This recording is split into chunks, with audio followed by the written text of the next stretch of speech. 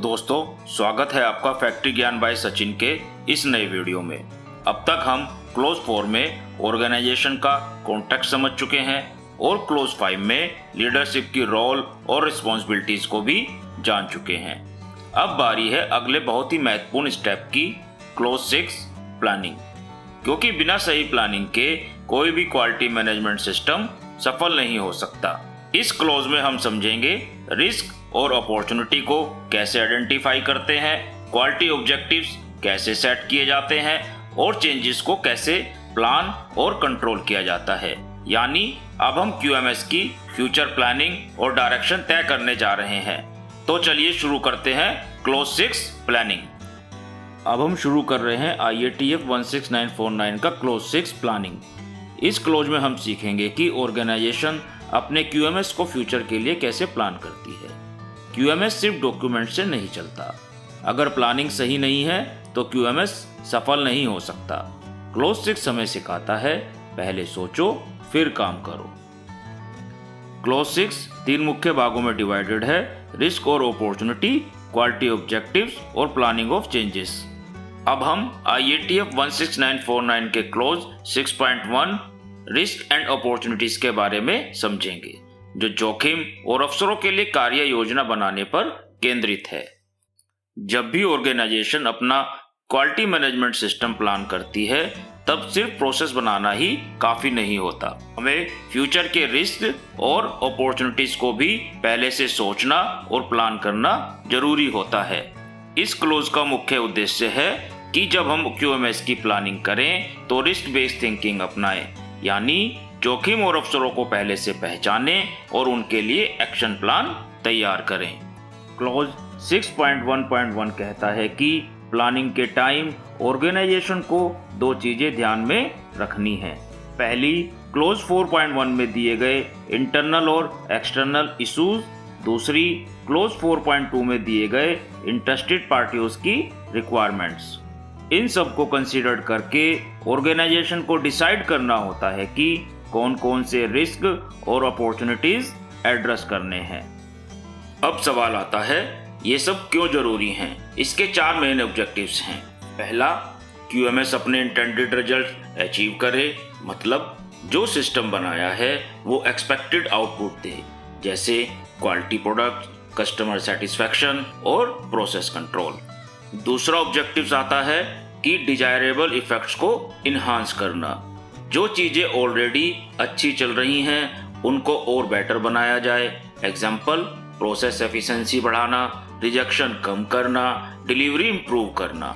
तीसरा ऑब्जेक्टिव है undesired effects को प्रिवेंट या रिड्यूस करना, यानी प्रॉब्लम को होने से पहले ही रोकना, जैसे machine breakdown, supplier failure, man power shortage या कस्टमर कंप्लेंट्स। और नेक्स्ट ऑब्जेक्टिव है कंटिन्यूअस इंप्रूवमेंट को अचीव करना। हर ऑर्गेनाइजेशन का गोल होना चाहिए कि वो हर साल बेटर हो। रिस्क बेस्ड थिंकिंग इंप्रूवमेंट को ड्राइव करती है। रिस्क बेस्ड थिंकिंग का मुख्य संदेश है, समस्या होने का इंतजार मत करें, पहले सोचें, योजना बनाएं, जोखिम कम करें और परफॉर्मेंस सुधारें।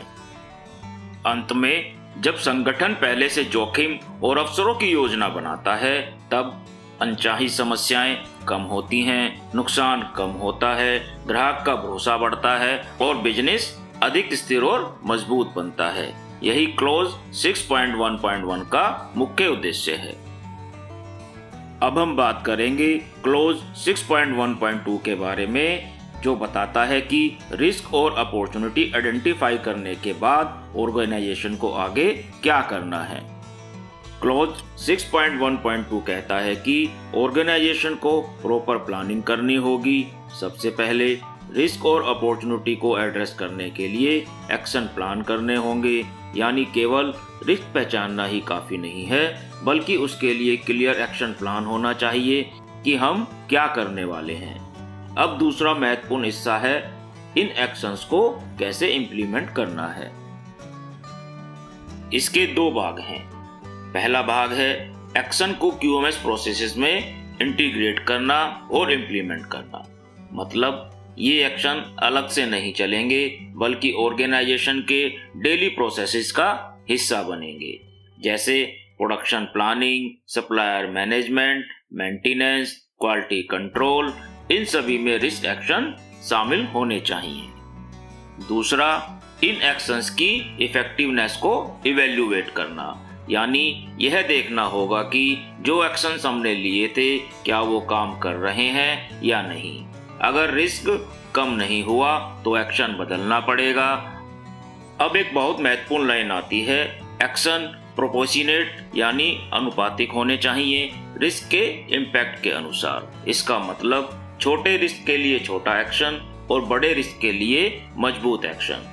हर रिस्क के लिए हैवी सिस्टम बनाना जरूरी नहीं होता है। अब बात करते हैं रिस्क एड्रेस करने के ऑप्शन की। रिस्क को हैंडल करने के कई तरीके हो सकते हैं। रिस्क को अवॉइड करना, अपॉर्चुनिटी के लिए रिस्क लेना, रिस्क का सोर्स खत्म करना, रिस्क की प्रोबेबिलिटी या इम्पैक्ट को कम करना, रिस्क शेयर करना जैसे इंश्योरेंस या सप्लायर सपोर्ट, या इन्फॉर्म डिसीजन लेके रिस्क एक्सेप्ट करना, यानी हर रिस्क को खत्म करना जरूरी नहीं, स्मार्ट डिसीजन लेना जरूरी है। अब बात करते हैं अपॉर्चुनिटीज की। अपॉर्चुनिटीज ऑर्गेनाइजेशन को ग्रोथ का मौका देती हैं, जैसे नई प्रैक्टिस अपनाना, नए प्रोडक्ट लॉन्च करना, नए मार्केट्स खोलना, नए कस्टमर्स तक पहुंचना, पार्टनरशिप बनाना, नई टेक्नोलॉजी अपनाना। सिंपल शब्दों में रिस्क हमें नुकसान से बचाते हैं और अपॉर्चुनिटीज हमें ग्रोथ दिलाते हैं। अब हम IATF 16949 के क्लॉज 6.2 को समझेंगे, क्वालिटी ऑब्जेक्टिव्स और उन्हें अचीव करने की प्लानिंग।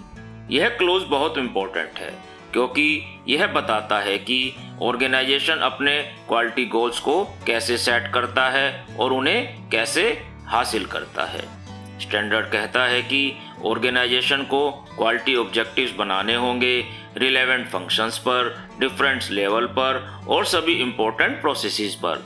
मतलब सिर्फ कंपनी लेवल पर नहीं, डिपार्टमेंट लेवल और प्रोसेस लेवल पर भी ऑब्जेक्टिव्स होने चाहिए। सबसे पहली रिक्वायरमेंट है क्वालिटी ऑब्जेक्टिव्स हमेशा क्वालिटी पॉलिसी के साथ कंसिस्टेंट होने चाहिए, यानी अगर पॉलिसी कहती है कस्टमर सेटिस्फैक्शन तो ऑब्जेक्टिव्स में भी इसका रिफ्लेक्शन होना चाहिए। दूसरी रिक्वायरमेंट, क्वालिटी ऑब्जेक्टिव मेजरेबल होने चाहिए, मतलब ऑब्जेक्टिव ऐसा होना चाहिए जिसे नंबर्स में मेजर किया जा सके।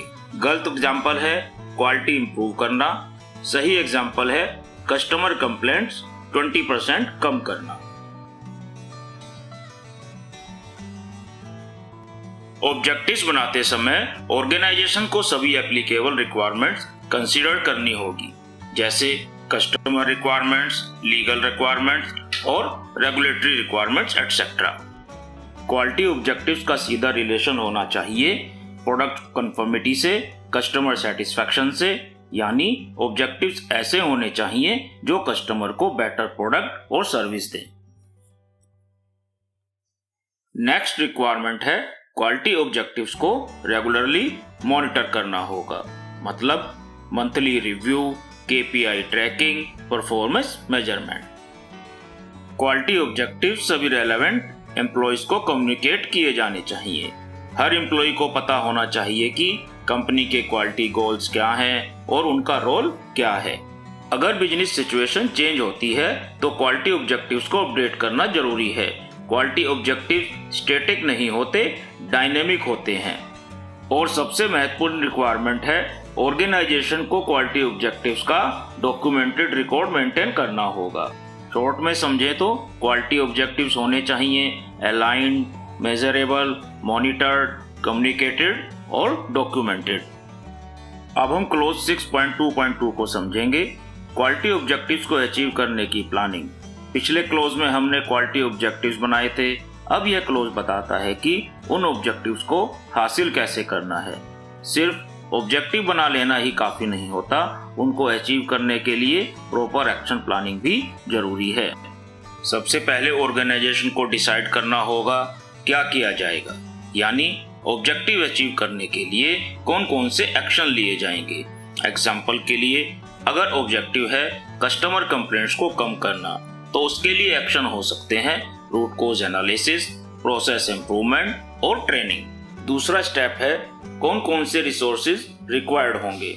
रिसोर्सेज हो सकते हैं man power, machine, material, budget और टेक्नोलॉजी। तीसरा स्टेप है कौन रिस्पॉन्सिबल होगा। हर ऑब्जेक्टिव के लिए ओनर डिफाइन होना चाहिए। अगर रिस्पॉन्सिबिलिटी क्लियर नहीं होगी तो ऑब्जेक्टिव अचीव नहीं होगा। चौथा पॉइंट है यह कब तक पूरा होगा, यानी हर ऑब्जेक्टिव के लिए टाइमलाइन या टारगेट डेट डिफाइन करना जरूरी है। विदाउट डेडलाइन ऑब्जेक्टिव डिले हो सकते हैं। और सबसे महत्वपूर्ण है रिजल्ट्स कैसे इवेल्युएट होगा, मतलब सक्सेस मेजर कैसे करेंगे, कौन सा KPI यूज होगा, टारगेट अचीव हुआ या नहीं, यह कैसे पता चलेगा। शॉर्ट में ऑब्जेक्टिव अचीव करने के लिए ये 5 सवाल हमेशा पूछें। क्या करना है, कौन करेगा, कब करेगा, क्या रिसोर्सेज चाहिए और रिजल्ट कैसे मेजर होगा। अब हम क्लोज 6.2.2.1 को समझेंगे, जो है quality objectives and planning to achieve them, top management responsibility. यह क्लोज बताता है कि क्वालिटी ऑब्जेक्टिव्स केवल बनाना ही नहीं बल्कि टॉप मैनेजमेंट की डायरेक्ट रिस्पॉन्सिबिलिटी होती है। स्टैंडर्ड के अनुसार टॉप मैनेजमेंट को यह सुनिश्चित करना होगा कि कस्टमर रिक्वायरमेंट को पूरा करने वाले क्वालिटी ऑब्जेक्टिव्स पूरे संगठन में डिफाइन, एस्टैब्लिश और मेंटेन किए जाएं। मतलब यह सिर्फ क्वालिटी डिपार्टमेंट का काम नहीं है, यह टॉप मैनेजमेंट की जिम्मेदारी है। क्वालिटी ऑब्जेक्टिव्स होने चाहिए रेलेवेंट फंक्शंस में, इम्पोर्टेंट प्रोसेसेस में और सभी ऑर्गेनाइजेशनल लेवल्स पर, यानी company level, department level, process level, हर जगह क्वालिटी ऑब्जेक्टिव होने चाहिए। इस क्लोज का सबसे महत्वपूर्ण पॉइंट है क्वालिटी ऑब्जेक्टिव हमेशा कस्टमर रिक्वायरमेंट को मीट करने वाले होने चाहिए, यानी कस्टमर सेटिस्फैक्शन हमेशा सेंटर में होना चाहिए। अब दूसरी महत्वपूर्ण रिक्वायरमेंट है जब ऑर्गेनाइजेशन एनुअल क्वालिटी ऑब्जेक्टिव्स बनाती है तो उसे इंटरेस्टेड पार्टी के रिव्यू के रिजल्ट कंसीडर करने होंगे।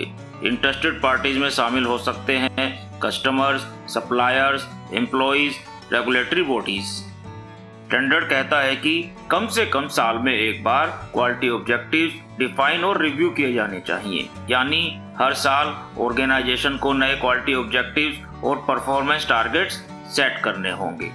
परफॉर्मेंस टारगेट्स 2 प्रकार के हो सकते हैं, इंटरनल टारगेट्स और एक्सटर्नल टारगेट्स। इंटरनल टारगेट्स हो सकते हैं जैसे स्क्रैप रिडक्शन, प्रोडक्टिविटी इंप्रूवमेंट, और एक्सटर्नल टारगेट हो सकते हैं जैसे कस्टमर कंप्लेंट रिडक्शन और ऑन टाइम डिलीवरी इंप्रूवमेंट।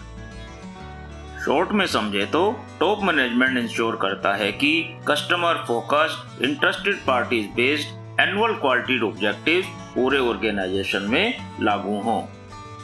दोस्तों, अब हम IATF 16949 के क्लोज 6.3 को समझेंगे, जो है प्लानिंग ऑफ चेंजेस।